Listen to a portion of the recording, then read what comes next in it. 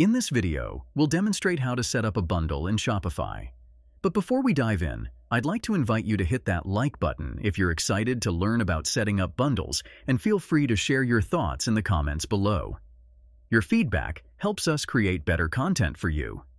If you're interested in trying out Shopify for your e-commerce needs, click the link in the description to get started.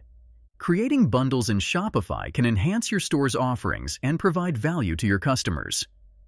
Let's get started. To begin, navigate to the Apps section on your Shopify dashboard. Look for a bundler app by searching for Bundles or Bundle Kits.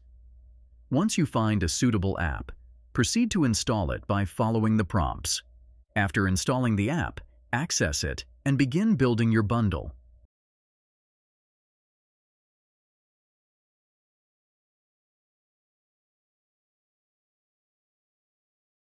Select the newly created product as the bundle product and start adding the specific items that compose the bundle. Set the pricing for the bundle and adjust discounts if necessary. Once done, save the bundle settings. To ensure your bundle is properly displayed, go to your online store and check the catalog.